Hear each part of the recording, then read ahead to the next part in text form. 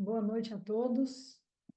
É com grande honra que eu abro esse novo AMIB no ar do Comitê de Cardiointensivismo e eu tenho a honra de dividir essa noite com vocês na presença do professor Roberto Giraldez. Roberto Giraldez é diretor da unidade coronária do Instituto do Coração, professor de cardiologia, orientador do programa de pós-graduação, das maiores autoridades do Brasil, reconhecido internacionalmente no manejo de doença coronária, e ele faz no dia a dia, ele discute à beira do leito, além de estar vinculado aos principais grupos de pesquisa de todo o mundo. Então, para nós intensivistas, é uma honra ter o professor Roberto conosco essa noite. E eu e Hélio Pena Guimarães, que dispensa comentários. Hélio Pena é um grande intensivista e cardiologista também, e emergencista. Hoje é médico, supervisor da unidade de emergências do Instituto Central, também supervisor da residência de emergências do Hospital das Clínicas da Faculdade de Medicina da USP. Então, meu grande parceiro de trabalho na Universidade de São Paulo. Então, eu tenho certeza que todos que estão conosco hoje vão ser brindados por tudo que há de mais prático e objetivo no manejo da síndrome coronária aguda. Nós vamos dividir essa apresentação em duas partes, uma apresentação didática pelo professor Rocha, e assim que o professor Rocha terminar a sua apresentação, nós vamos abrir para um debate, para discussão, para perguntas. Tem muitas dúvidas dos intensivistas, a síndrome coronária aguda, quando dá o segundo antiplaquetário, quando não dá, tem diferenças, como é que nós vamos manejar a anticoagulação. Então, todos nós estamos muito ansiosos para ver a apresentação do professor Roberto Rocha Giraldez, mais uma vez a quem agradeço muito em dedicar o seu precioso tempo aos intensivistas brasileiros. Muito obrigada. Ludmila, você sabe que o prazer é todo meu. Eu tenho um prazer muito grande de estar aqui e poder contribuir de alguma forma com o aprendizado das pessoas, se é que eu vou ensinar alguma coisa, mas é um prazer muito grande, mais ainda, estar na sua presença e do Hélio. São duas pessoas queridas para mim e para quem eu torço muito, para os dois, e por isso estou sempre pronto a contribuir da melhor forma possível, assim que vocês sempre que vocês precisarem. Tá bom? Agradeço muito realmente o convite que vocês me fizeram para estar aqui hoje à noite. E estou pronto aqui para começar, quando vocês quiserem. Então, somos todos ouvidos, professor Rocha. Obrigado, obrigado, Luigi. Eu queria saber de vocês, vocês ainda não estão vendo nada ou estão vendo alguma coisa? Não, né? Ainda não. Vamos lá. Então, Nós já estamos com 82 médicos conectados. aqui está. Pronto. Agora, pronto, perfeito. Ah, mais uma vez, então, agradeço a gentileza da professora Ludmila, do Hélio. Eu me sinto em família e para mim é até difícil chamá-la de professora Ludmila, doutor Hélio, porque o carinho é grande. Mas, enfim, vamos nós. Quando eu tinha de escolher, a doutora Ludmila me pediu que falasse sobre síndrome coronárias agudas. Eu pensei no que eu poderia falar, já que é um tema tão amplo, né? E como nós havíamos combinado, haveria uma parte inicial de apresentação formal e depois uma de discussão. Então, o que eu escolhi foi tentar abordar a síndrome coronária sem supradesnível do segmento ST. E por que síndrome sem supra? Porque desde o final do século passado, desde os anos 80, 90, a síndrome coronária sem supra se tornou a forma mais frequente de apresentação da síndrome coronária aguda. Então, eu acho que falar de um tema que é muito mais frequente é provavelmente de utilidade maior para todas as pessoas, né? Além disso, muitas novidades foram introduzidas em síndromes coronárias agudas sem supra do segmento ST. Então, eu optei justamente, dentro do tema de síndrome coronárias agudas sem supra, discutir algumas coisas que são novas e algumas coisas que eu percebo na prática diária que as pessoas acabam esquecendo. As pessoas acabam dando uma importância menor para algumas coisas que talvez não sejam tão pequenas assim. Então, por isso eu vou falar de síndrome coronária sem desnível do segmento ST, destacando 5 temas nessa área. Esses são os meus conflitos de interesse. E os temas que eu resolvi apresentar hoje para vocês, que são 5, nós vamos falar inicialmente de marcadores cardíacos, nós vamos falar a seguir dos nitratos, muito brevemente, mas os nitratos, de certa forma, eu acho que são um pouco injustiçados na medida em que eles foram muito ou totalmente esquecidos na prática da síndrome coronária aguda. Nós vamos falar de beta-bloqueadores, porque recentemente nós tivemos alguns estudos que modificaram um pouco o nosso entendimento a respeito de qual seria o papel dos beta-bloqueadores na síndrome coronária aguda sem supra, e depois nós vamos falar dos anticoagulantes e antiplaquetários, que certamente vão dar oportunidade a que todos façam muitas perguntas, porque são temas bastante vastos e complexos e que se misturam, já que anticoagulação e antiplaquetário se mistura no tratamento antitrombótico da síndrome coronária aguda. Antes de iniciar propriamente dito o tema da minha apresentação, eu queria só apenas revisar, porque eu não sei o quão familiar todas as pessoas são com a classificação de recomendações das diretrizes. E como nós vamos falar um pouco de diretrizes, eu queria que as pessoas relembrassem o que é classe 1, 2, 3 de recomendação. A classe 1 é quando não existe muita dúvida a respeito da indicação de um determinado tratamento. Habitualmente, quando eu digo que um tratamento é de classe 1, significa que esse tratamento tem uma evidência que é normalmente substanciada por vários estudos clínicos. Então, normalmente, a classe 1 vem acompanhada de um nível de evidência A ou nível de evidência B. Quando uma recomendação é classe 2, significa que o nível de identificação, de comprovação, o consenso das pessoas não é unânime e definitivo a respeito daquela recomendação. Ela é classe 2A quando a maioria é favorável àquela recomendação. Normalmente o nível de evidência é um pouco mais baixo, porque se fosse alto seria a classe 1. E classe 2B é quando existem algumas pessoas no painel que define a recomendação que são favoráveis àquela indicação, enquanto outros, provavelmente a maioria, não é favorável à recomendação. Por isso eu gostaria que vocês entendessem que classe 2B é muito mais próximo à classe 2A e classe 1 do que à classe 3. Classe 3 é aquela em que você tem uma recomendação de não se fazer um determinado tratamento porque ele é comprovadamente prejudicial. Então, eu diria que não existe essas classes não são equidistantes, ou seja, a classe 1 é de recomendação máxima, a classe 3 é de não recomendação máxima e a classe 2A e B estão mais próximas à classe 1 do que da classe 3. Então, não se desiludam quando um tratamento tem indicação classe 2B. E como prometido, o primeiro tema que nós vamos falar é dos biomarcadores de necrose cardíaca, mais especificamente, recentemente, nós vamos falar das troponinas.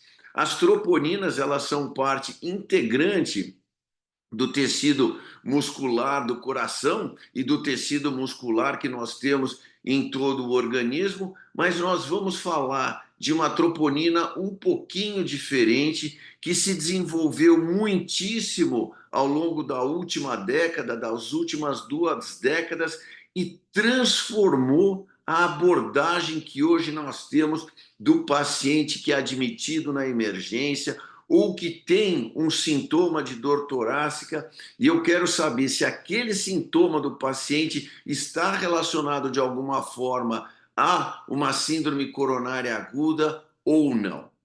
Então, o que que nós aprendemos? Nós aprendemos recentemente, é uma figura muito clara das diretrizes europeias de cardiologia, que mostra a diferença entre o ensaio clássico da troponina e o ensaio de alta sensibilidade que nós temos hoje disponível, que, como eu disse, transformou a abordagem e a avaliação do paciente, principalmente no serviço de emergência.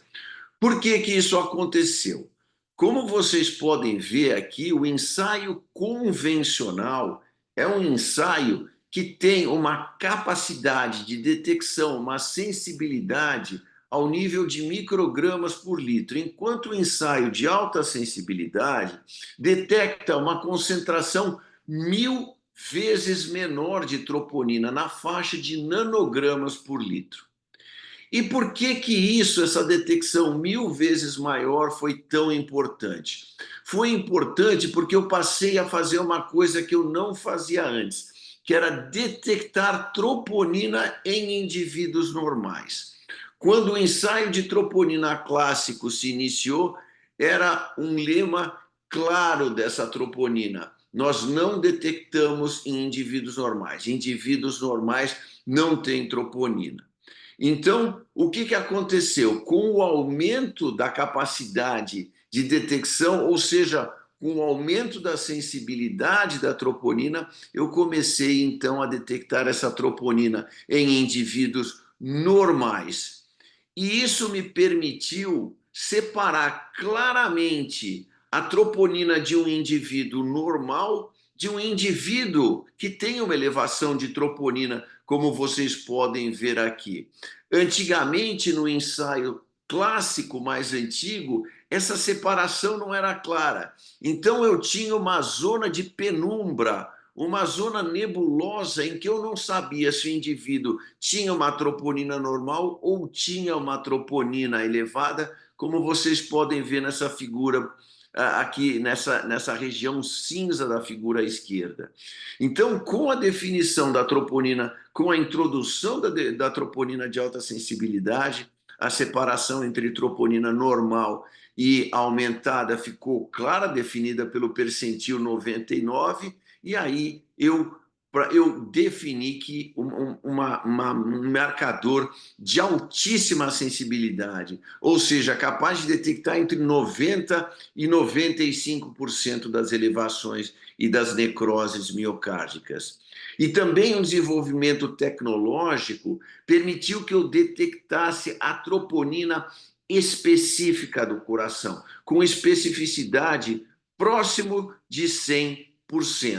Então, quando eu falo que aquela troponina está aumentada, eu não tenho dúvida, como em versões antigas de marcadores cardíacos, que aquela troponina é de origem cardíaca e não uma troponina que pode ter alguma outra fonte. O aumento da troponina permitiu também a sua detecção, a introdução dessa troponina de alta sensibilidade, permitiu a rápida detecção do seu aumento, de tal maneira que quando um paciente chega ao pronto-socorro, eu consigo detectar elevações muito precoces, depois de 1 hora do início dos sintomas.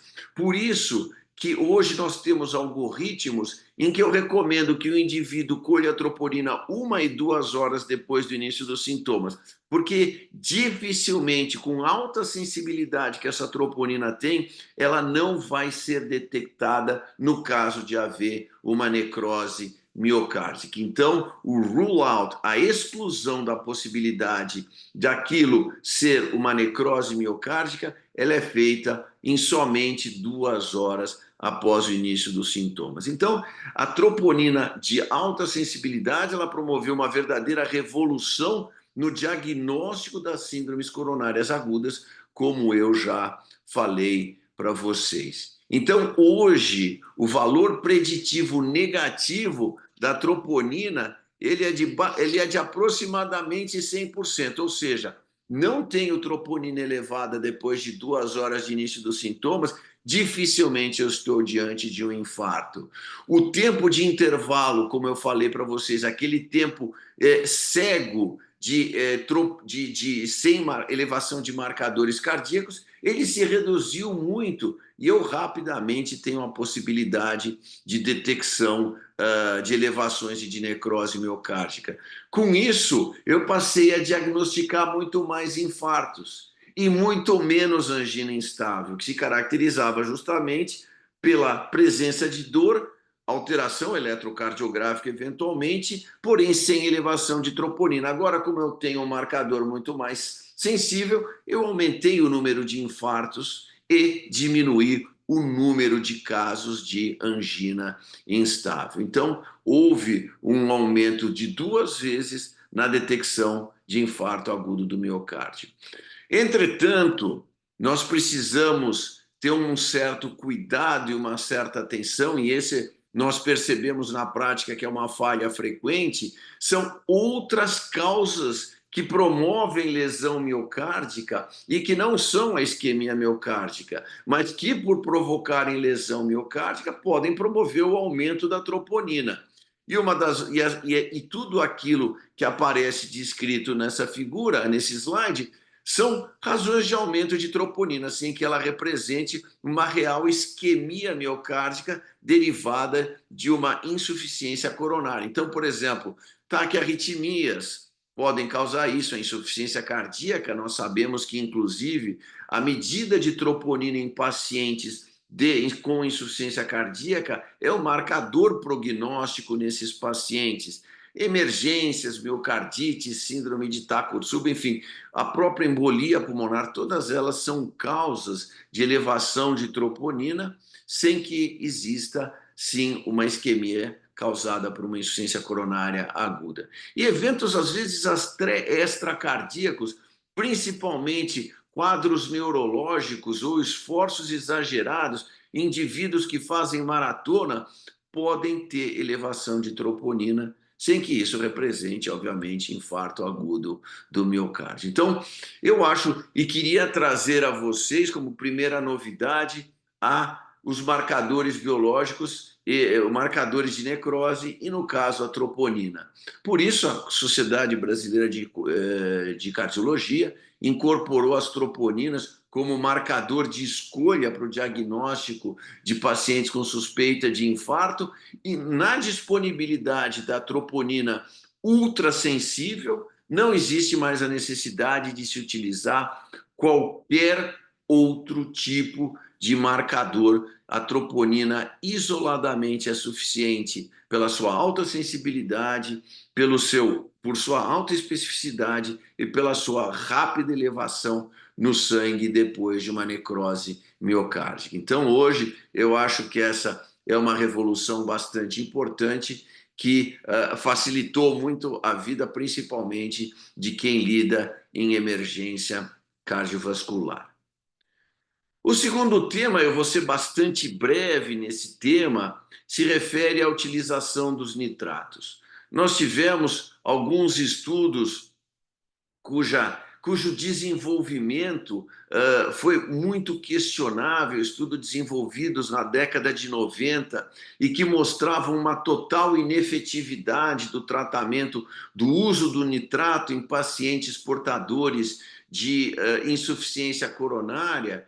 Eu queria, no entanto, destacar a vocês que o nitrato na síndrome coronária aguda, sem supradesnível do segmento ST no caso, ainda tem indicação clássica 1 para alívio da angina, alívio de sintomas, seja quando o paciente é admitido na emergência, seja quando o indivíduo persiste com dor, apesar das medidas iniciais, ele está hipertenso, tem sinais de congestão pulmonar. Então, mesmo nesses casos, os pacientes têm indicação do uso de nitrato. O nitrato, ele não pode ser esquecido como fonte de diagnóstico diferencial também nos pacientes que têm angina de Prinzmetal. Alguns pacientes podem chegar ao pronto-socorro com dor torácica,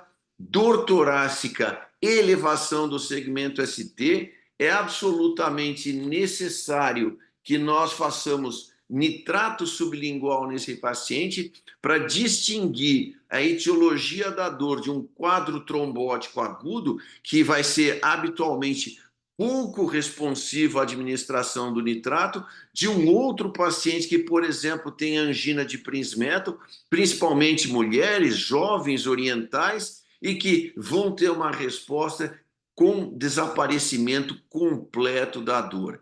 Então, é muito importante que os nitratos possam ser utilizados nessa fase inicial para alívio da dor e para o diagnóstico diferencial de algumas condições de minoca ou inoca, de isquemia miocárdica sem lesões obstrutivas e que também são importantes no diagnóstico diferencial, principalmente em determinados grupos epidemiológicos.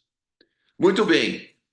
Agora um tema bastante antigo, eu sempre brinco com as pessoas que é muito difícil a gente brigar ou falar mal de alguns medicamentos. Eles são os queridos dos médicos. Então, dentro da família diabética, se alguém falar mal do glifage, disser que glifage, que metformina não é a primeira opção no tratamento dos pacientes diabéticos, as pessoas já se colocam, já se revoltam contra aquela afirmação. E dentro da cardiologia, um dos queridinhos da cardiologia é o uso do beta-bloqueador. Porém, o beta-bloqueador sofreu algumas transformações bastante significativas recentemente. Os beta-bloqueadores eles foram testados principalmente numa era em que não havia disponibilidade de tratamentos, por exemplo, de reperfusão miocárdica, tratamentos em que eu tinha disponibilidade de antiplaquetários e anticoagulantes tão eficientes como eu tenho hoje. Então, o que nós enfrentamos hoje é uma realidade completamente diferente daquela realidade que eu tinha quando os beta-bloqueadores foram introduzidos, que foi antes da disponibilização de toda essa medicação antitrombótica. Então, eu vou trazer apenas 2 estudos para vocês que dão subsídio às recomendações atuais das diretrizes. O primeiro é o estudo COMET, que foi um estudo chinês, um dos maiores estudos da humanidade, que reuniu 46 mil pessoas. Esse estudo não foi em portadores de síndrome coronária sem supra, mas foi em portadores de síndrome coronária com supradesnível do segmento ST, pacientes que receberam metoprolol endovenoso, succinato de metoprolol endovenoso, 15 miligramas em 15 minutos, e depois passaram a fazer uso da medicação via oral. Eram pacientes que tinham suspeita de infarto por um supradesnível do segmento ST ou por um bloqueio novo ou supostamente novo de ramo esquerdo. Pacientes ainda dentro das primeiras 24 horas de sintomas e que foram, então, avaliados para desfechos clínicos. Foram excluídos pacientes que se encontravam em choque cardiogênico. E esse estudo demonstrou, juntamente com outros estudos, esse é um estudo que foi feito durante a década de 90 e apresentado no início dos anos 2000, um resultado que às vezes as pessoas até desconhecem, que é a diminuição das taxas de reinfarto com o uso de beta-bloqueador. Então, o uso de beta-bloqueador, e essa é uma meta-análise que incluiu estudos antigos, o estudo Miami e o estudo EASY-Zoom, e que mostrou um potencial favorável do uso de beta-bloqueadores, que foi uma redução de 17% das taxas de reinfarto, sem nós esquecermos que o estudo Miami e ISIS não utilizaram antiplaquetários ou anticoagulantes como nós dispomos hoje. E esse estudo mostrou, inclusive, a redução das taxas de fibrilação ventricular, bastante favorável ao uso de beta-bloqueador. Por isso, nós dizemos assim, não, se o paciente tem arritmia, beta-bloqueador é uma droga extremamente importante. O estudo COMET, de fato, mostrou que talvez na fase hiperaguda isso seja importante. Agora, o que nós não sabemos é se isso é importante em todos os pacientes ou somente naqueles pacientes que desenvolvem disfunção ventricular. Será que esse benefício é restrito a uma boa parcela dos pacientes que foi incluído no estudo COMET e que tinham disfunção ventricular ou não? O fato é que esse estudo também mostrou um aumento na incidência de choque nos pacientes que utilizavam beta-bloqueador endovenoso e depois beta-bloqueador via oral, sugerindo que talvez não houvesse só ganhos do uso do beta-bloqueador.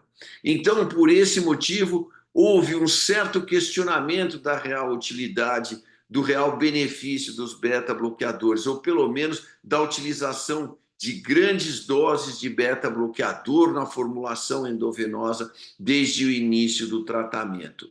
Então, esse questionamento acabou determinando que o uso de beta-bloqueador ao final do estudo COMET, apesar dos benefícios demonstrados de redução das taxas de reinfarto, diminuição das arritmias ventriculares, fosse questionado por o aumento da incidência de choque nesses pacientes.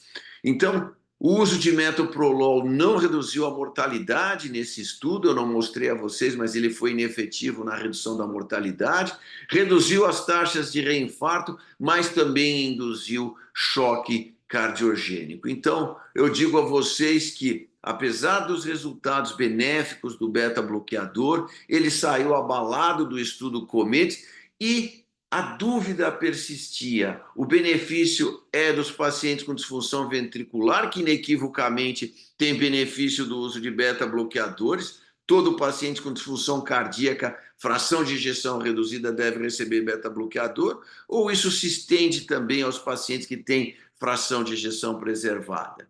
E um estudo foi apresentado o ano passado no Congresso do American College, que foi o estudo Reduce AMI, que foi um estudo que avaliou o uso de beta-bloqueadores em pacientes que tinham fração de ejeção preservada.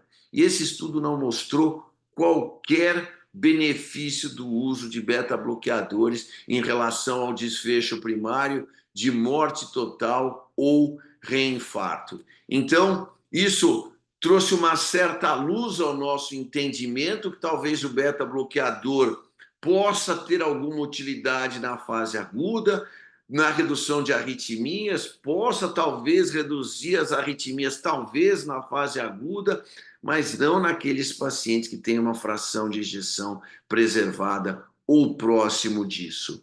Então, por isso, hoje as diretrizes da Sociedade Brasileira já reduziram a recomendação do uso de beta-bloqueadores de classe 1 para a classe 2A, principalmente nas primeiras 24 horas, os pacientes sem contraindicação, sem choque, sem acometimento de ventrículo direito, eles podem sim receber beta-bloqueador. Agora, os pacientes que têm um risco ou alto de desenvolverem hipotensão ou outras complicações, a gente não deve utilizar os beta-bloqueadores. E tem indicação classe 2B, aqueles pacientes já com isquemia persistente, com taquicardia e hipertensão, mas aqueles pacientes que não têm uma indicação tão clara de insuficiência cardíaca, que esses sim teriam classe 2A. Então, como vocês percebem, talvez em relação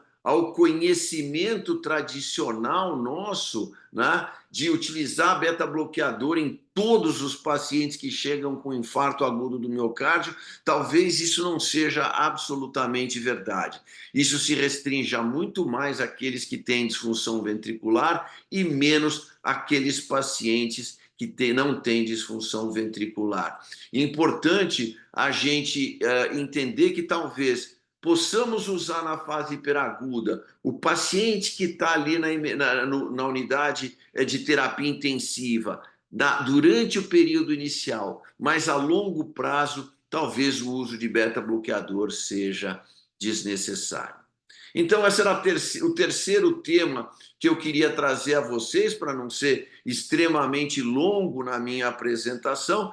Então, agora nós vamos caminhar para um novo tema, que é o uso dos anticoagulantes. anticoagulantes na síndrome coronária aguda sem supra do segmento ST.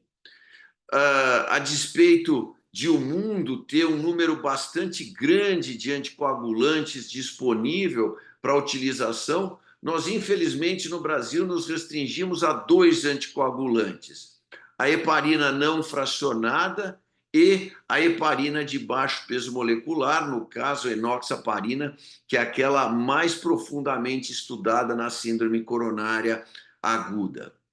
No exterior, em outros países, existem outras medicações disponíveis, como o Fondaparinux, que nós tínhamos aqui no Brasil e que recentemente deixou de ser disponibilizado, e também a bifalirudina, que é uma medicação de utilização preferencial nos Estados Unidos, enquanto o Fondaparinux é muito utilizado na Europa. Aqui nós temos a heparina não fracionada e a enoxaparina. E isso que eu trago para vocês são os estudos primordiais, os estudos iniciais que compararam a heparina não fracionada à enoxaparina. E como vocês podem ver, isso é uma meta-análise que reuniu os 2 principais estudos primários que compararam a enoxaparina à heparina não fracionada em síndrome coronária aguda sem supra desnível do segmento ST, o estudo time 11B e o estudo ESSES, que, quando somados, mostram que, seja na fase precoce, seja na fase mais tardia, ao final de 40 dias, o uso de enoxaparina foi superior à utilização de heparina não fracionada. Mas eu gostaria de destacar a vocês que esses estudos, o time 11B e o ESSES, foram desenvolvidos em pacientes que não tinham a abordagem que nós atualmente temos dos pacientes com síndrome sem supra, ou seja, levá-los rapidamente à sala de hemodinâmica. Eles foram testados em situações de tratamento conservador, em que o paciente era muitas vezes avaliado de forma não invasiva e apenas levado a tratamento invasivo, à sala de hemodinâmica, na presença de alguma complicação. Mas o fato é que nesse conjunto, nessa meta-análise do time 11B e o ESSES, houve uma vantagem da enoxaparina, tanto no desfecho de morte, reinfarto, AVC, como num desfecho mais rígido de morte e reinfarto. E, surpreendentemente, não houve nenhuma diferença nas taxas de sangramento entre esses 2 estudos. Então, essa meta-análise definiu a enoxaparina como o anticoagulante de eleição nos pacientes portadores de síndrome coronária aguda sem supra do segmento ST, a partir de uma redução de 20% das taxas de morte e eventos isquêmicos, sem aumento das taxas de sangramento. O grande problema, como eu falei para vocês, é que hoje ninguém mais trata o paciente de forma conservadora. Esses pacientes são rapidamente levados para a hemodinâmica. E na situação da hemodinâmica, qual medicação é aquela que tem a maior vantagem?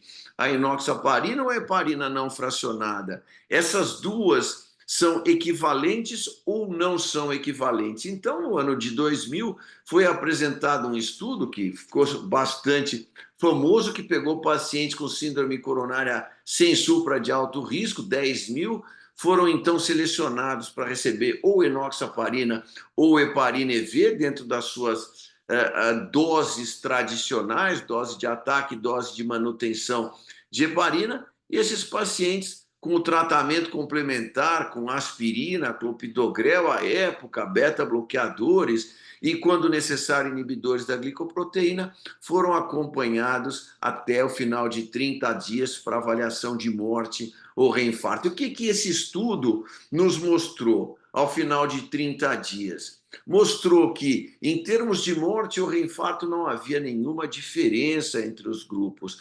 A enoxaparina e a heparina não fracionada eram equivalentes. Também os componentes desse desfecho não mostravam diferença, morte ou reinfarto. Em relação ao sangramento, havia alguma diferença entre esses esses dois grupos aqui mais uma vez para mostrar as curvas absolutamente superponíveis e mostrando que também num gráfico em Forest que não havia nenhuma diferença entre os grupos. Mas em termos de sangramento havia alguma diferença? E vocês percebam que, curiosamente, enquanto os estudos conservadores não mostraram nenhuma diferença, aqui sim houve uma queda maior de hemoglobina nos pacientes que receberam enoxaparina, apesar de enoxaparina ter uma ação mais limitada no sistema de coagulação, provavelmente sugerindo que a dose utilizada tenha influído nesse resultado. Mas, infelizmente, foi a dose testada e a que nós utilizamos até hoje. Ou seja, houve sim um aumento das taxas de sangramento com o uso da enoxaparina. Aí vocês vão me perguntar, mas, doutor Rocha, então por que hoje a gente chegou um paciente com síndrome sem supra, a gente dá enoxaparina até que ele seja conduzido à sala de hemodinâmica?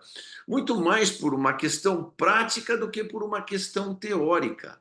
Porque nós sabemos que é muito mais fácil administrar uma medicação subcutânea 2 vezes ao dia do que dar um bolos de uma medicação, depois fazer infusão contínua, medir o coagulograma de tempos em tempos. Isso realmente é um verdadeiro transtorno para quem está na unidade coronária, na unidade de terapia intensiva. Por esse motivo, como as diferenças eram pouco importantes, houve a decisão conjunta de assimilar a utilização da enoxaparina em lugar da heparina não fracionada. E dizer que talvez a troca de uma medicação por outra pudesse eventualmente causar algum tipo de influência. Mas o fato é que, em termos de resultados do estudo Synergy nesse conjunto de pacientes, em termos de eficácia não houve diferença. Em termos de sangramento, ele foi mais frequente com a enoxaparina, como mostra aqui esse resumo, principalmente quando avaliado pela escala TIMI e não pela escala Gusto. Mas, enfim, um aumento das taxas de sangramento. Por isso, hoje, o que nós fazemos? Nós utilizamos, quando o paciente tem disfunção grave renal, ele utiliza a heparina não fracionada, como vocês sabem.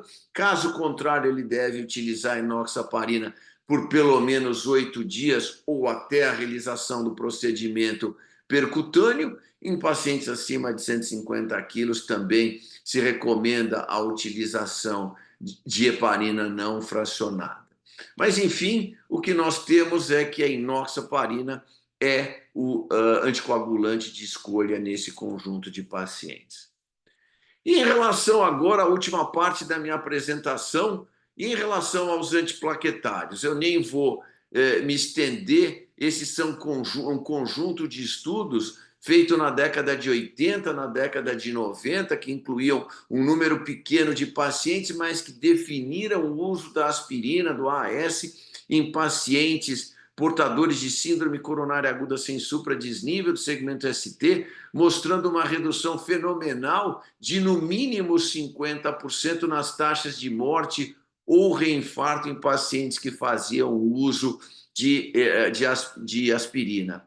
O resultado dessa meta-análise, somado ao uso de heparina, de aspirina em pacientes que eram submetidos a tratamento fibrinolítico, infarto com supradesnível do segmento ST, causando reduções das taxas de morte em reinfarto da ordem de 25%, estabeleceram a aspirina como um dos principais, se não o principal tratamento nas síndromes coronárias agudas. E essa figura mostra para vocês o benefício em portadores de síndrome sem supradesnível do segmento ST.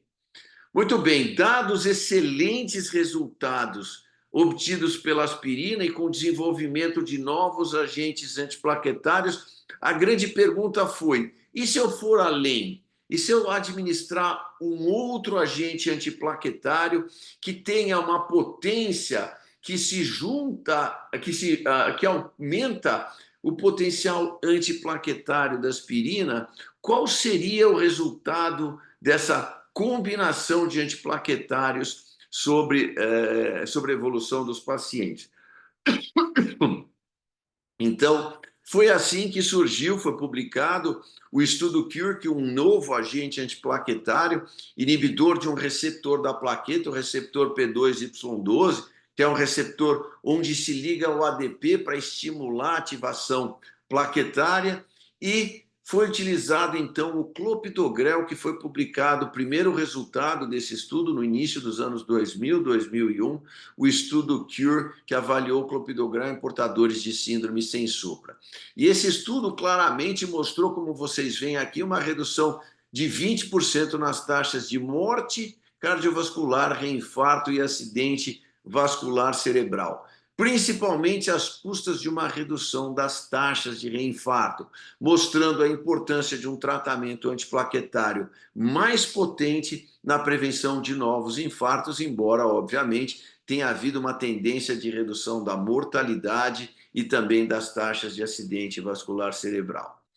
Não existe refeição de graça, no free lunch, como se diz, e, obviamente, o uso de um outro agente antiplaquetário, ainda mais potente do que a aspirina, promoveu um aumento das taxas de sangramento, porém, isso à época não foi considerado tão importante. Uma época em que se dava um destaque muito maior à ação antitrombótica do que à ação hemorrágica desses medicamentos. Muito bem, diante de tantos bons resultados com a utilização de antiplaquetários, aspirina fantástica, o clopidogrel de eficácia maior, e se nós desenvolvêssemos antiplaquetários ainda mais potentes, que inibissem mais a plaqueta, já que o clopidogrel ele apesar de mais potente do que a aspirina, ele é capaz de inibir aproximadamente 30% a 40% da atividade plaquetária. E se nós inibíssemos 80%, 90% da atividade plaquetária, se nós tivéssemos todos os pacientes sob efeito dessa medicação, já que eu tenho pacientes que são resistentes ao clopidogrel, qual seria o resultado de tudo isso na evolução de portadores de síndrome coronária aguda? Foi então que surgiu o prasugrel, uma droga, um antiplaquetário de segunda geração, mais potente do que o clopidogrel. Ele foi estudado nesse estudo que vocês veem aqui, o Triton Time 38, em portador de infarto com e sem supra do segmento ST. Esses pacientes, eles chegavam, eles iam para a sala de hemodinâmica, no caso do infarto com supra de segmento ST, imediatamente. Se tinha uma síndrome sem supra, eles não eram levados imediatamente, mas o mais precocemente possível. Quando se definia a necessidade de um procedimento percutâneo, aí sim eles eram incluídos para receberem prasugrel. E o que aconteceu com esse estudo? Ele mostrou aquilo que se esperava, uma redução de 20% nos desfechos isquêmicos de morte cardiovascular, reinfarto e acidente vascular cerebral. Ou seja, um resultado mais favorável, mostrando que ainda mais ação antiplaquetária determinaria uma redução ainda mais significativa dos eventos isquêmicos. Muito bem. Agora, obviamente que nós esperávamos que mais ação antiplaquetária tivesse um preço a pagar. E sim, nós tivemos um aumento de 32% significativo nas taxas de sangramento, sangramentos maiores. Entretanto, a somação dos benefícios anti-isquêmicos e dos efeitos deletérios de hemorrágicos, nós tivemos um efeito, um benefício clínico favorável a essa medicação. Por isso que hoje as sociedades recomendam, salvo algumas exceções, que o prasugrel seja utilizado em lugar de clopidogrel, por ser uma droga com um benefício clínico mais favorável aos pacientes do que o clopidogrel. Se, por um acaso, nós estivermos na mesma situação e o prasugrel não estiver disponível, nós dispomos de um outro agente antiplaquetário que também foi testado com um mecanismo de ação um pouquinho diferente, ele também inibe o receptor do ADP, porém de forma temporária, ele é um inibidor temporário do receptor do ADP, o ticagrelor, que é do conhecimento de todos vocês. Ele foi estudado no estudo Plato e esses pacientes foram acompanhados por aproximadamente 2 anos, e o que o estudo mostrou foi uma redução da ordem de 15% das taxas de morte cardiovascular, reinfarto ou acidente vascular cerebral, com redução das taxas de reinfarto e morte cardiovascular, com o que não aparece aqui, um aumento das taxas de sangramento, porque esse estudo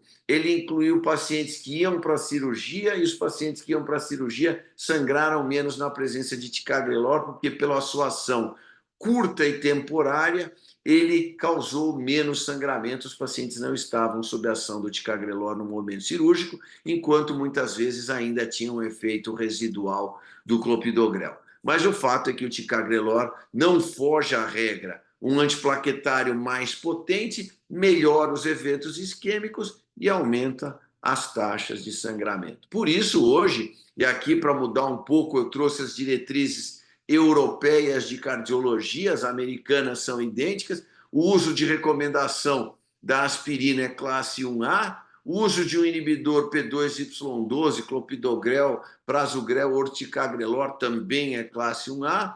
O prasugrel deve ser utilizado, a sua indicação classe 1B, tem menor evidência em termos de estudos, né? Mas obedecendo às doses tradicionais utilizadas no Plato. O ticagrelor, no estudo Plato, também recomendação classe 1D. O clopidogrel, classe 1C, apenas quando o prasugrel ou o ticagrelor não puderem ser utilizados. O uso de inibidores da glicoproteína eu deixo para a nossa discussão, se alguém quiser discutir a respeito, mas hoje ele tem uma indicação classe 2A naquele conjunto de pacientes que têm complicações trombóticas. Eu queria terminar a minha apresentação, porque eu tenho certeza que está todo mundo já cansado de tanta falação, mas eu queria acabar com uma mudança que foi relativamente recente e é um novo conceito a respeito da abordagem do uso dos antiplaquetários em paciente com síndrome sem supra. Esse foi o estudo ACOST, foi desenvolvido por um pesquisador francês muito conhecido, Gilles Montalescaut, em que ele questionou essa história da necessidade de o paciente que chega à emergência precisar imediatamente receber o agente antiplaquetário.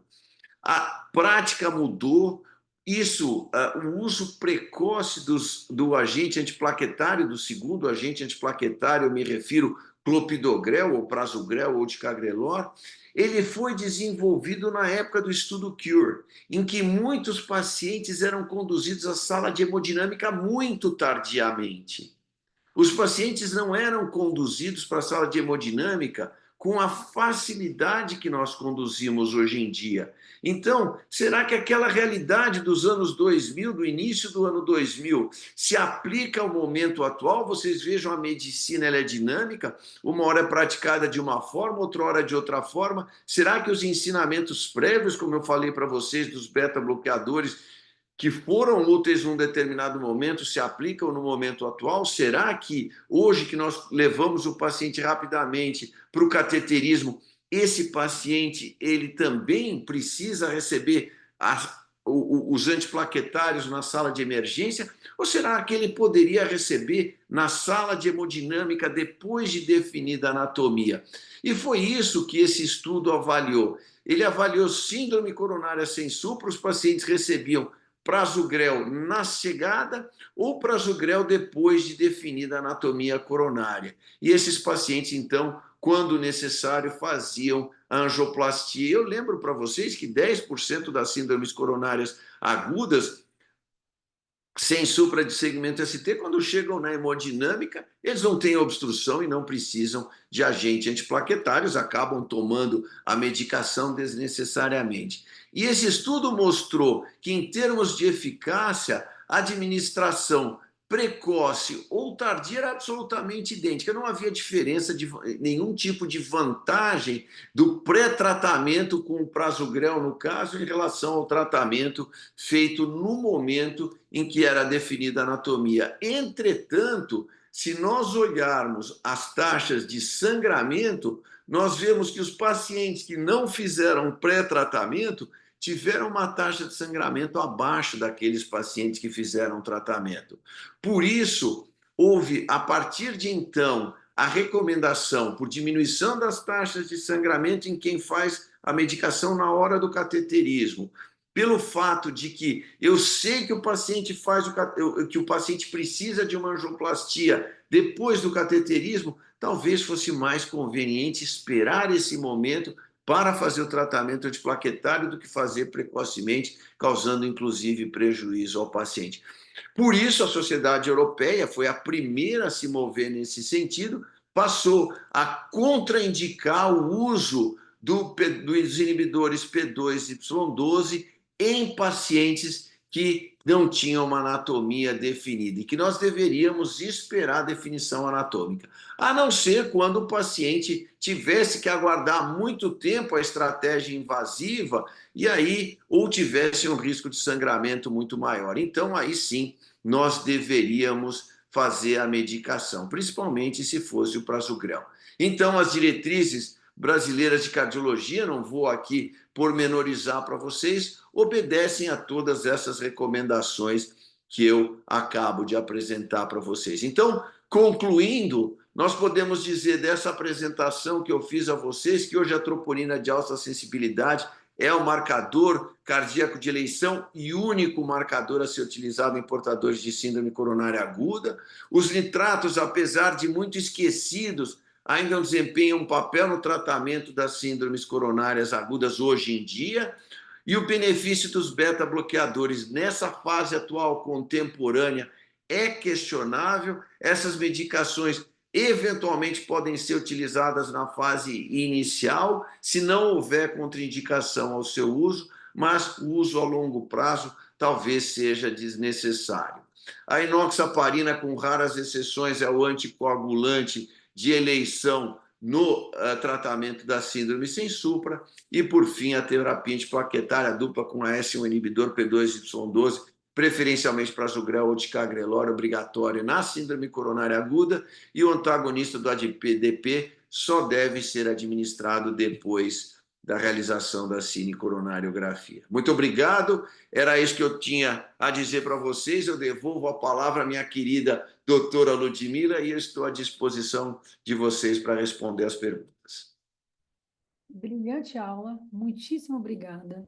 Aprendemos muito, toda a história, basicamente, né, da síndrome coronária aguda, e achei fundamental você eleger a síndrome coronária sem supra. Eu acho que essa é a grande dúvida do intensivista no dia a dia, do próprio emergencista. Então, foi, para mim, excelente.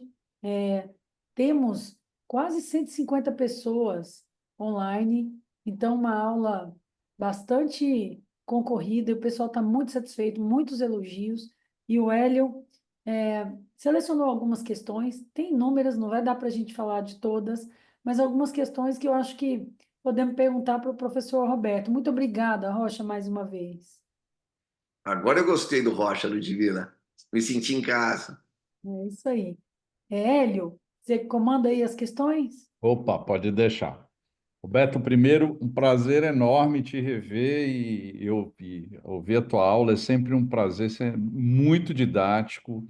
Você estava falando que a gente estava cansado, nada. Você podia falar aí 3 horas que a gente estava te ouvindo com prazer, porque é sempre um aprendizado. E é muito legal a gente ver alguém que é um pesquisador, mas também faz o beira-leito, faz o dia a dia. Então, isso é muito mais, isso aproxima muito mais quem está ali na emergência, na terapia intensiva, a te ouvir, tá? Então, muito obrigado pela sua aula. Roberto, a gente já tem algumas aulas aqui, a gente já tem algumas questões aqui. Tem uma questão no chat do Marcos Feres, que é nosso colega cardiologista intensivista também lá de Ribeirão Preto. O Marcos pergunta para você, te elogia pela aula, primeiro, e depois ele pergunta como é que você interpreta a troponina no IAM tipo 5, ou a elevação da troponina apenas pelo trauma cirúrgico? Como é que você trabalha um pouco com isso? Então, eu acho que essa elevação, que também pode acontecer, não depois de uma cirurgia, mas pode acontecer depois de um procedimento percutâneo, uma angioplastia, uma coisa assim, deve ser interpretada como uma lesão miocárdica de pequena proporção, habitualmente. Normalmente, esses pacientes apresentam uma elevação dos níveis de troponina, mas não é aquela elevação tão significativa assim que a gente vê nos infartos tipo 1, quando existe oclusão de uma artéria coronária epicárdica, né? Então, nesse caso, a gente vê pequenas elevações de troponina. Antigamente, quando a gente era mais novo, a gente via dificuldades na proteção miocárdica intraoperatória, e aí sim nós poderíamos ver lesões bastante extensas miocárdicas. Hoje isso é muito raro de acontecer, e isso é uma coisa que faz parte do procedimento, mas não tem nenhuma consequência significativa. Se nós olharmos o ecocardiograma, se nós olharmos uma ressonância magnética, se nós olharmos uma tomografia cardíaca, nós vamos ver que não existe nenhuma consequência sobre o funcionamento global do coração nesses casos. Então, isso é uma coisa que faz parte do próprio procedimento. Excelente. Tem uma turma grande assistindo. Gente, quem tiver questões para fazer, por favor, pode encaminhar pelo chat, que a gente está ao vivo aqui, seguindo para perguntas. Uma pergunta que eu selecionei, essa é uma dúvida que o intensivista com muita frequência tem no dia a dia, às vezes o emergencista também.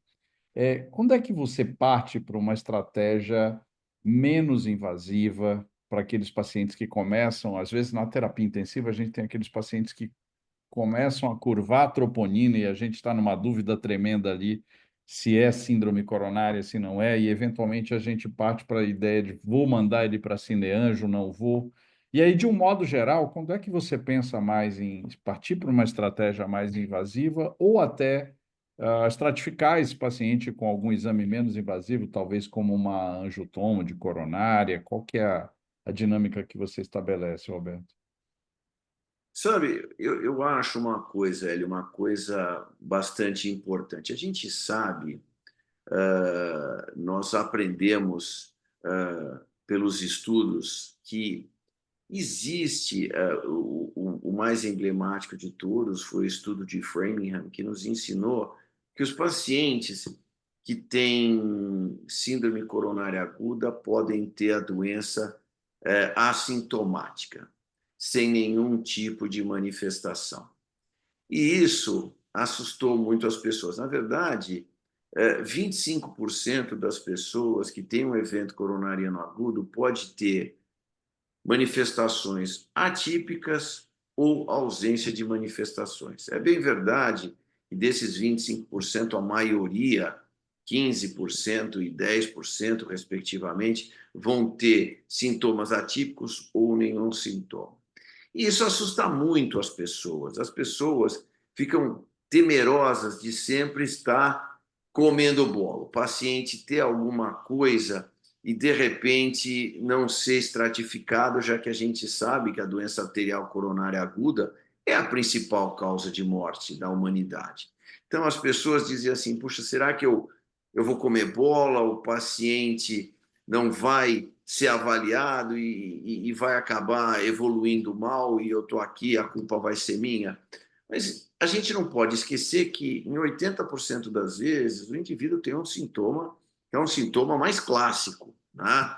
Então, quer dizer, a manifestação atípica já é uma coisa que nos deveria trazer uma certa tranquilidade. O eletrocardiograma, ele pode ser também inocente, mas não podemos esquecer que sintomas mais eletrocardiograma são bastante úteis.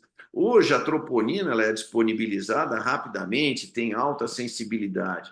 Então, quando eu vejo um paciente que tem uma dor que não é muito sugestiva, um eletro que é normal, uma troponina, que é uma troponina normal, dentro de um tempo hábil, Eu primeiro preciso ter tranquilidade, porque mesmo que seja uma síndrome coronária aguda, é uma síndrome coronária aguda de bom prognóstico, tá?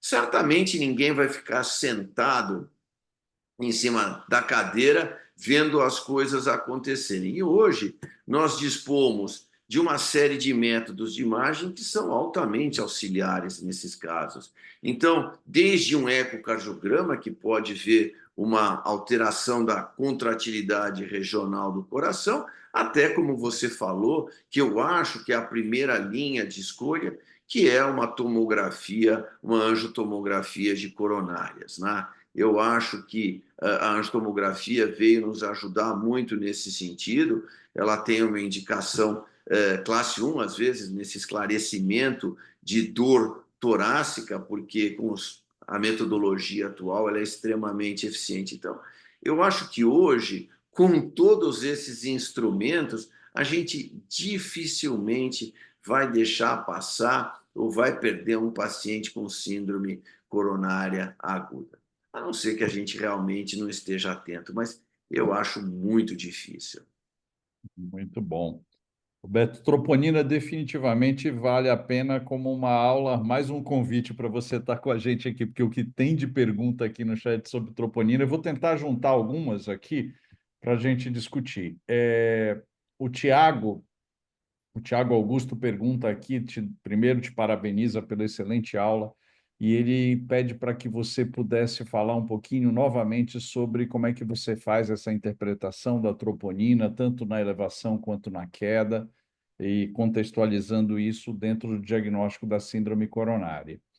E também o Rafael, na sequência, acho que a gente junta as duas aqui para falar de troponina. O Rafael Guimarães também te parabeniza pela aula e ele pergunta qual é a utilidade de você fazer exame de troponina na admissão de um paciente que chega na unidade de terapia intensiva depois que ele fez uma angioplastia, uma intervenção coronária percutânea. Faz sentido pedir esse exame? Não faz? E como é que a gente interpreta? Então, vamos lá. Então, veja, para quem, eu não sei qual é a idade das pessoas que fizeram as perguntas, mas eu vou contar um pouco da história da cardiologia para que as pessoas entendam. Você sabe que quando eu estava na escola, eu odiava história.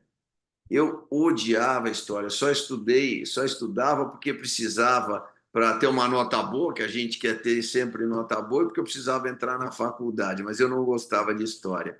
E eu mordi minha língua porque hoje eu vejo a importância que a história tem no entendimento das coisas. Sem história, você não sabe por que as coisas existem e como elas surgiram. Então, eu vou contar um pouco de história para essas pessoas. Então, veja, durante muito tempo, a grande dificuldade que nós tínhamos quando um paciente chegava com dor torácica ou com suspeita de uma síndrome coronária aguda era fazer o diagnóstico de síndrome coronária aguda. O paciente chegava, nós tínhamos marcadores que não tinham a devida sensibilidade, eram marcadores que a gente colhia, os marcadores não mostravam alterações. Aí os pacientes, a gente dizia assim, bom, podemos ficar tranquilo, não tem, a dor não é muito sugestiva, o eletro está normal, o marcador está normal, pode ir embora para casa. E os estudos eram para mostrar quantos pacientes a gente mandava embora para casa e que morriam ou tinham um reinfarto em casa e que a gente não tinha feito o diagnóstico de síndrome coronária aguda. Hoje, a coisa mudou de cenário. Ou seja, enquanto originalmente nós nos preocupávamos em dar alta para um paciente que tinha síndrome coronária aguda, hoje a preocupação que nós temos é de internar um paciente que não tem síndrome coronária aguda porque ele teve uma elevação de marcador. Por quê?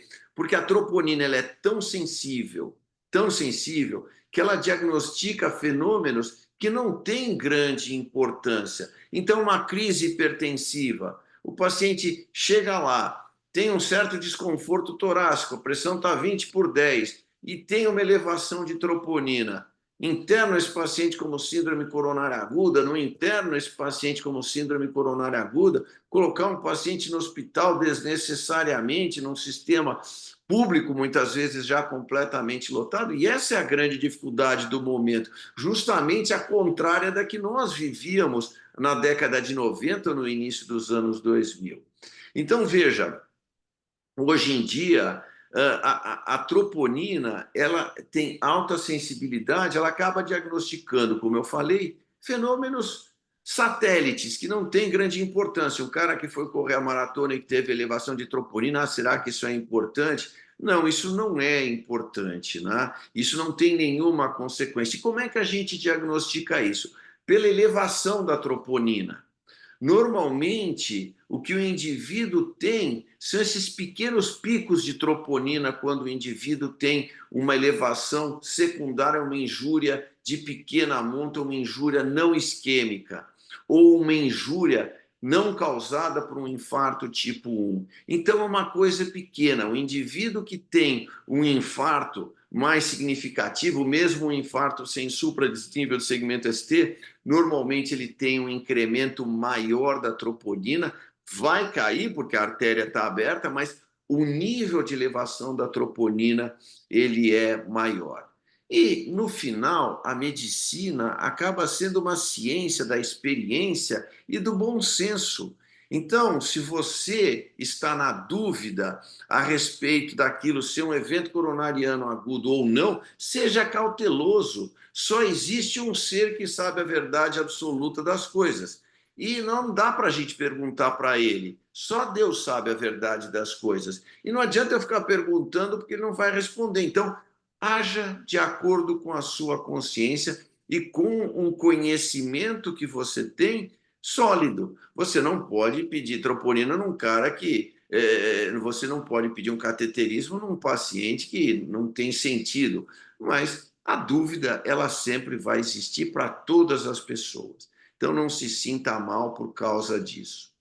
E em relação à segunda pergunta, colher a troponina depois que o indivíduo faz uma angioplastia, a utilidade disso é que parece haver um valor prognóstico dessa troponina colhida depois da angioplastia. Então, a chance de complicações é maior nos pacientes que têm uma elevação maior da troponina do que aqueles que têm uma elevação menor. Isso se discute muito atualmente. A real utilidade disso daí, eu acho que é justa a sua pergunta, é justa a sua dúvida, mas o fato é que a gente ainda colhe para ver se houve uma lesão maior decorrente da angioplastia, principalmente em angioplastias complexas, e a gente colhe também para ver se, eventualmente, o prognóstico do paciente pode não ser tão favorável, com algumas dúvidas em relação a isso. Muito bem, agora estamos saindo da troponina aqui para outras intervenções. A Rita Marques pergunta para você no choque cardiogênico, um paciente com síndrome coronária e choque cardiogênico, sendo ainda que não uma síndrome sem supra, o cateterismo poderia piorar o quadro inicial ou ele deve ser indicado com brevidade? Ela pergunta porque ela fala de uma experiência de um dos serviços que ela trabalha, que normalmente eles costumam tentar estabilizar primeiro esse paciente para programar o CAT e postergar achando que o CAT poderia ser deletério. E aí, na sequência, a pergunta seria: quando você indica esse paciente já com ou sem elevação do segmento ST para uma terapia mais invasiva já de cara para o CAT, para a intervenção coronária percutânea? Eu acho que quando a gente pensa no paciente com choque cardiogênico pós-infarto, a gente tem que ter uma coisa em mente. O que a gente precisa ter em mente é que a incidência de choque cardiogênico pós-infarto se reduziu dramaticamente ao longo das últimas décadas com a melhoria dos mecanismos de reperfusão miocárdica. Então, nós temos menos choque cardiogênico, mas o prognóstico do choque cardiogênico ele continua o mesmo. Ele é um choque cardiogênico. O choque cardiogênico ele tem um péssimo prognóstico, com mortalidade, dependendo da série, dependendo das definições de inclusão, de pelo menos 50%, ou até mais. Então, veja, nós estamos lidando com uma situação de altíssima gravidade, de altíssima gravidade. E uma das poucas terapêuticas que a gente sabe que pode melhorar o prognóstico do paciente que está com choque cardiogênico ou em vias de desenvolvimento do choque cardiogênico, ele já dá sinais de que ele vai evoluir em choque cardiogênico, esses pacientes têm que ser levados ao CAT, porque a recanalização da artéria coronária é um dos poucos mecanismos de alívio do prognóstico desse paciente. Então, lógico, o paciente tem 4 de creatina, está piorando a creatinina, a arritmia, o paciente está instável hemodinamicamente, o paciente está mal hemodinamicamente, eu não vou levar ele correndo para morrer na hemodinâmica, mas uma vez estabelecido um equilíbrio e um estado basal, vamos assim dizer, aceitável, esse paciente deve ser imediatamente levado à hemodinâmica para a realização da angioplastia. Então, é um tratamento obrigatório desse conjunto de pacientes e eles devem ser levados precocemente assim que a condição clínica do paciente permitir. Muito bom. Algumas perguntas sobre agregação aqui, sobre antiagregação. Primeiro, o Brandon faz uma pergunta para a gente aqui sobre a dupla antiagregação. Um paciente que já vem tomando uma dose diária e faz um novo evento agudo, se ele precisa de uma nova dose de ataque, ainda mais no cenário em que ele já fez aquele uso diário do medicamento do antiagregante que ele já tomava, né? E num outro cenário, ele também, o mesmo colega, o Brandon, pergunta, nos casos, ele cita um caso clínico que ele teve de um paciente com neoplasia, que tinha uma anemia grave, uma neoplasia de reto com anemia grave, um HB abaixo de 9, com plaquetopenia de 86, sem sangramento ativo, e que fez uma síndrome coronária sem elevação do segmento ST, se estaria contraindicada a dupla antiagregação ou não nesse cenário. Então, seria dose de ataque para quem já usa de rotina e, num caso de um paciente com sangramento e com plaquetopenia, se seria contraindicado ainda que sem sangramento aparentemente ativo, né? Uma perda mais crônica. Nós estamos falando aí do clopidogrel, né? Nós não estamos falando nem de prasugrel, nem de cagrelor, porque essas são medicações que promovem uma inibição plaquetária muito próxima a 90%, a depender do método utilizado para avaliação da função plaquetária. Então, a gente está falando aqui de uso de clopidogrel. O clopidogrel, ele tem alguns problemas, né? Como eu falei para vocês, o primeiro problema do uso do clopidogrel se refere ao baixo nível de agregação plaquetária comparado ao inibidor da glicoproteína, prasugrel e ticagrelor. Então, ele promove uma inibição que, a depender do método, varia desde 30% até 50% da agregação plaquetária. Então, é um antiplaquetário limitado.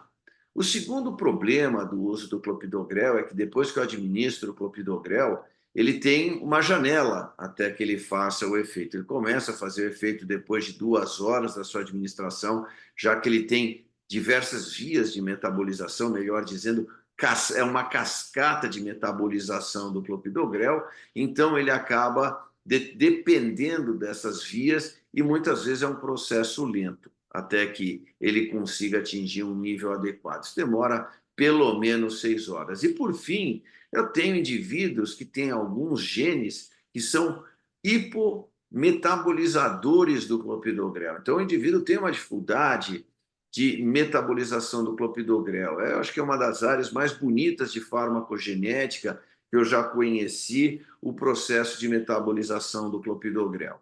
E quando eu tenho um paciente que chega no meu consultório ou chega na sala de hemodinâmica e vem em uso de clopidogrel, teoricamente ele deveria estar sob a ação do clopidogrel, mas o receio de que ele seja um hiporrespondedor, o receio de que ele tenha um nível abaixo do normal de inibição plaquetária faz com que a maioria dos médicos façam uma recarga do clopidogrel. Então, ele recebe 600 miligramas novamente de clopidogrel. Aquilo pode ser absolutamente inútil para aquele paciente, ou aquilo pode ser extremamente útil para aquele paciente se ele tiver um nível de inibição mais baixo da função plaquetária. Então, por questão de segurança, clopidogrel virou uma terra de ninguém, que todo mundo vai dando clopidogrel sem parar para os pacientes. Mas isso não acontece com os novos antiplaquetários. Se o paciente faz uso de prasugrel, se o paciente faz uso de ticagrelor regular e vem tomando ticagrelor, isso deve ser como um anticoagulante. O indivíduo não vai lá, você não vai dar uma dose de ataque de anticoagulante para o paciente para ele fazer um determinado procedimento. Não, o paciente vai continuar sob a ação do anticoagulante que ele já faz uso. E aqui é a mesma coisa com prasugrel e ticagrelor, só funciona para o clopidogrel. Mas é uma coisa que acontece meio às cegas, né? Ninguém sabe o real benefício para aquele paciente. E a segunda pergunta, qual era? Desculpa. Paciente que tinha uma neoplasia de Ah, da neoplasia. HV, né? Mas sem sangramento Então, ativo, uma perda crônica e ativo. pedopenia. Veja, o uso de estentes é altamente trombogênico, né? Então, o que nós podemos fazer nesses pacientes após o implante de estente é abreviar o tempo de terapia antiplaquetária dupla para 30 dias, quiçá para 15 dias, né? Mas não administrar o segundo agente antiplaquetário. 80.000 plaquetas é mais do que suficiente para que eu faça isso. O receio começa quando a gente tem 50 ou menos mil plaquetas, mas sempre com um certo grau de falta de dados, né? Quer dizer, porque essa é uma população que não entra em nenhum estudo, essa é uma população que todo mundo tem medo e não quer dar remédio para o indivíduo. Então, sempre existe uma carência de dados nesse conjunto de pacientes. Mas, certamente, um paciente com 50.000, 80.000 plaquetas deve receber terapia antiplaquetária dupla e ir para o procedimento percutâneo. Ótimo. Marcos está perguntando para a gente, o Feres, novamente aqui, e a resistência ao clopidogrel, como é que você faz para diagnosticar e para tratar, ou quando é que você pensa em trocar o antiagregante, né? E também sobre o 2B3A, inibidor da glicoproteína 2B3A, ainda tem espaço, não tem espaço, quando é que a gente utiliza? Você comentou rapidamente na sua aula, assim. Então, em relação ao clopidogrel, quando a gente usa no uso, veja, o clopidogrel ele é utilizado em duas circunstâncias, nos pacientes que fazem um procedimento percutâneo na fase aguda ou crônica, né? Na fase aguda, muitas vezes o paciente tem um evento coronariano agudo, não tem uma lesão que necessita de angioplastia, mas tem uma síndrome coronariana aguda, e a gente acaba, desses casos de minoca, em que a gente vê lá uma placa de 30%, 40% erodida, a gente acaba dando também. Mas essa é a minoria dos casos. Mas o que acontece? Nesse conjunto na maioria dos países desenvolvidos, o clopidogrel na síndrome coronária aguda ele desapareceu, né? Quer dizer, esses pacientes acabam recebendo prasugrel ou ticagrelor, por isso que a gente tem carência de novos dados nesse conjunto de pacientes, porque eles não utilizam mais essa medicação, eles utilizam prasugrel ou ticagrelor.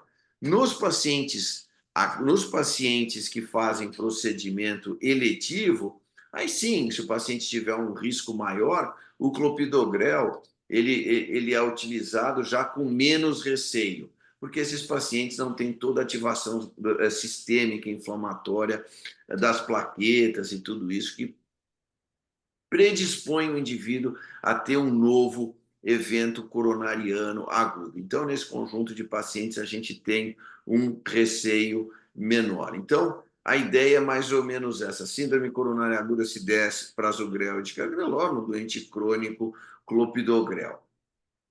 Em relação ao inibidor da glicoproteína, o inibidor da glicoproteína acabou virando uma medicação de uso exclusivo do hemodinamicista. O paciente chega lá, ele vai para procedimento, ele tem uma complicação trombótica, principalmente aquele que usa clopidogrel, tem uma altíssima carga trombótica, existem estudos que mostram benefícios. O WISAR é um estudo que mostrou benefício do uso de inibidores da glicoproteína nesse conjunto de pacientes. Então, eu acho que hoje em dia ele é pouco utilizado nos pacientes que fazem uso de clopidogrel. Ele deveria ser mais utilizado. Nos pacientes que utilizam prasugrel ou ticagrelor, ele também pode ser utilizado se houver uma complicação trombótica, já que ele ainda é mais potente do que esses outros agentes via oral. Mas a gente percebe uma que também não é utilizado. Além do que o prasugrel e ticagrelor tem menor chance de complicações trombóticas. Então, o inibidor da glicoproteína, ele hoje virou quase que de uso exclusivo do hemodinamicista, né? Isso, em relação, complementando a primeira pergunta, existem formas de saber se o indivíduo, você tem como medir a agregabilidade plaquetária. Não é feito de rotina, mas você pode medir a agregabilidade plaquetária para saber se o indivíduo é ou não hiporrespondedor. Existe também formas de você medir o polimorfismo genético dos pacientes, né? Quer dizer, existem alguns genes, como eu disse, que são associados a um metabolismo lentificado ou até ausente do clopidogrel, né? O CYP19, tem alguns tipos de gene que a gente sabe que causam esse tipo de problema. E você pode detectar a presença desses genes, existem testes genéticos para isso, que não são normalmente utilizados, por quê? Porque hoje existe prasugrel e ticagrelor, então você usa uma medicação que você sabe que não existe resistência a ela. Muito bom, muito bom. Continuamos aqui com mais de 100, quase 110 pessoas ainda conectadas, um número grande para essas lives que a gente tem. Muito. Só traduz o quanto está bom essa discussão, Roberto. A Poliana Requião mandou uma pergunta aqui para nós, dizendo assim: após um episódio de sangramento gastrointestinal, que eu tive que parar a dupla antiagregação, qual é o momento de eu reiniciar e se tem alguma preferência? Reinicio primeiro o AS ou o P2Y12? Qual seria o melhor? Bom, se o indivíduo teve alguma hemorragia digestiva, normalmente o lugar mais frequente de hemorragia digestiva é o estômago, né? Então, se o indivíduo teve uma hemorragia no estômago, a gente normalmente protege o indivíduo. Depende um pouco do momento. Essas perguntas, às vezes, são um pouco abertas, a gente fica atrapalhado. Faz 15 dias que fez angioplastia, faz 6 meses que fez angioplastia. Então, às vezes, é um pouco difícil de responder diante de tantas variáveis que influenciam a decisão. Mas o fato é que a tendência é não utilizar o aspirina mais, manter o paciente só com clopidogrel sempre que possível, já que o AS é o grande causador de hemorragias digestivas. Protetor gástrico é extremamente útil também nesse conjunto de pacientes. Houve alguns estudos um pouco contrários a isso, mas o fato é que a gente ainda considera o uso de protetores gástricos e, sempre que possível, suspender o AS deixando esse paciente com clopidogrel, que o clopidogrel não tem ação específica sobre o estômago que a aspirina tem. Muito bem, acho que no nosso chat de perguntas aqui, por enquanto, respondemos todas. Professora Ludmila, não sei se quer fazer algum comentário conosco, senão seguimos por aqui.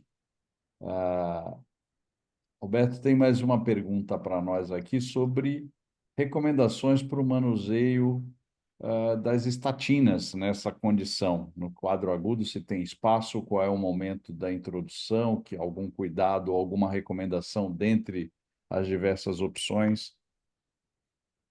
Veja, a introdução o tratamento hipolipemiante é agressivo e precoce. Então, esses pacientes, eles devem receber, baseado no perfil lipídico de admissão, eles devem receber um tratamento proporcional a esse nível lipídico, a esse perfil de colesterol. Então, não existem restrições à introdução de estatinas, não existem restrições à introdução de ezetimiba, já profundamente estudada. Como o indivíduo tem uma resposta individual, se eu quiser aguardar os meus 2, 3 meses até que o indivíduo, embora a recomendação seja fazer um novo exame depois de um mês e um outro exame depois de 2 meses. Se eu quiser, ao final de 2 meses, repetir, então, o colesterol e aí definir se existe a necessidade de algum tratamento adicional. Hoje nós dispomos dos antagonistas do PCSK9, hoje nós dispomos de outras medicações também, Cibrava, nós disporemos do ácido bempedóico muito em breve. Então, quer dizer, são diversas outras opções que podem ser utilizadas nesse conjunto de pacientes. Muito bom, muito bom. Tratamento agressivo precoce. Ótimo. Tem mais uma questão aqui, Roberto, dentro do cenário da intervenção coronária percutânea, ainda o colega volta para essa questão. Se existe alguma recomendação dentre as novas diretrizes de algum acesso vascular preferencial para a intervenção coronária percutânea e quando eventualmente existe alguma indicação, ele fala que no serviço tem, de vez em quando, ele recebe laudos na terapia intensiva de pacientes que foram submetidos à ultrassonografia intracoronária, uma imagem intracoronária, e ele ficou curioso de quando é que existe essa indicação para fazer. Em relação ao uso do ultrassom intracoronário, o uso do ultrassom intracoronário vem se disseminando. A gente tem obrigação de utilizar o ultrassom intracoronário quando as angioplastias são complexas. Eu acho que existe uma dupla finalidade da imagem intravascular diagnóstica.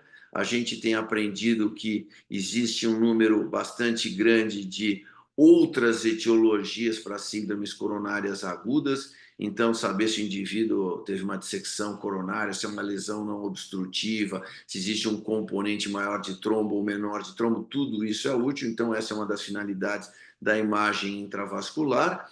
E outra finalidade é orientar a angioplastia. Muitas vezes você quebra a lesão no meio, o indivíduo pode ter uma complicação trombótica, o indivíduo pode ter uma reestenose tardia do estente, e o ultrassom intracoronário é muito útil no procedimento em si. Então, qualquer procedimento desses mais complexos deveria obrigatoriamente exigir a utilização da imagem intravascular. E desculpa mais uma vez, a primeira pergunta qual era?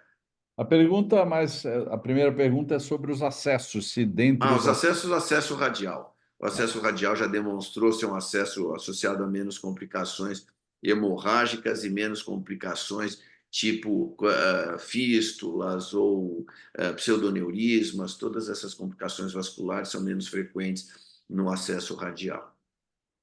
Muito bom, muito bem. Professora Ludmila. Quero agradecer o professor Rocha, você, que abrilhantou muita discussão. Nós passamos a maior parte do tempo com mais de 100 pessoas conectadas aqui no nosso webinar. Eu acho que isso reforça a importância desse tema, a interação entre a cardiologia, a terapia intensiva e a medicina de emergência, cada vez mais juntos, né? E realmente o professor Rocha trouxe uma abordagem baseada em evidências, mas uma racionalidade na nossa prática. Então, realmente essa visão de que agora a gente usa imagem na coronária, o acesso primordial é radial, são as conclusões dele. E nós, tendo acesso à hemodinâmica, podemos evitar o segundo antiplaquetário. E a enoxaparina é a escolha como a modalidade de heparina na síndrome sem supra. Eu concluiria assim, se o professor Rocha concordar, para que fique na mente de cada um que lida com paciente crítico, onde quer que ele esteja, né? Acesso à hemodinâmica, aspirina, aguardar o segundo antiplaquetário, enoxaparina sempre se possível e, obviamente, você mostrou que o beta-bloqueador pode ser usado, mas não é um dever. O nitrato também tem o seu lugar e com tudo que você nos demonstrou, mais uma vez a gente vê que a evidência vai, vem, mas a fisiopatologia da síndrome coronária aguda, a gente aprendeu muito, né, Rocha, nos últimos anos, e hoje o tratamento já está muito consolidado. E eu acho que esse é o principal foco. Acho que a gente mudou muito. Hoje a gente tem uma interação muito grande no próprio Hospital das Clínicas entre os institutos. Nós somos rápido, indicamos a intervenção precoce, temos imagem, fisiologia, e eu acho que isso trouxe muita inovação no tratamento do paciente com síndrome coronária aguda. Mais uma vez, muito obrigada, professor Rocha. Muito sucesso agora como diretor da unidade coronária do Instituto do Coração. Professor Hélio, também muito obrigada por ser onipresente. Ele supervisiona a disciplina hoje, supervisiona os residentes de emergência, é cardiologista, emergencista, intensivista, como nós três aqui, né, Rocha? Então, De tudo um nós estamos pouco. aí plantando essa semente do cuidado ao paciente crítico, seja na emergência, seja numa unidade cardiológica ou coronariana, seja numa unidade de terapia intensiva, a abordagem é a mesma, as síndromes não mudam, os timings são diferentes, mas a abordagem é muito semelhante. Então, muito obrigada, MIB, por essa oportunidade, a todos e todas que nos assistiram, e professor Rocha e professor Hélio, pelas brilhantes participações nessa noite. Muito obrigada. Obrigado a vocês, é uma alegria estar aqui. Tchau para vocês. Tchau, boa noite, muito obrigado. Tchau, tchau, obrigado, Ludmila. Mais uma vez, um Tchau, grande beijo. Obrigado.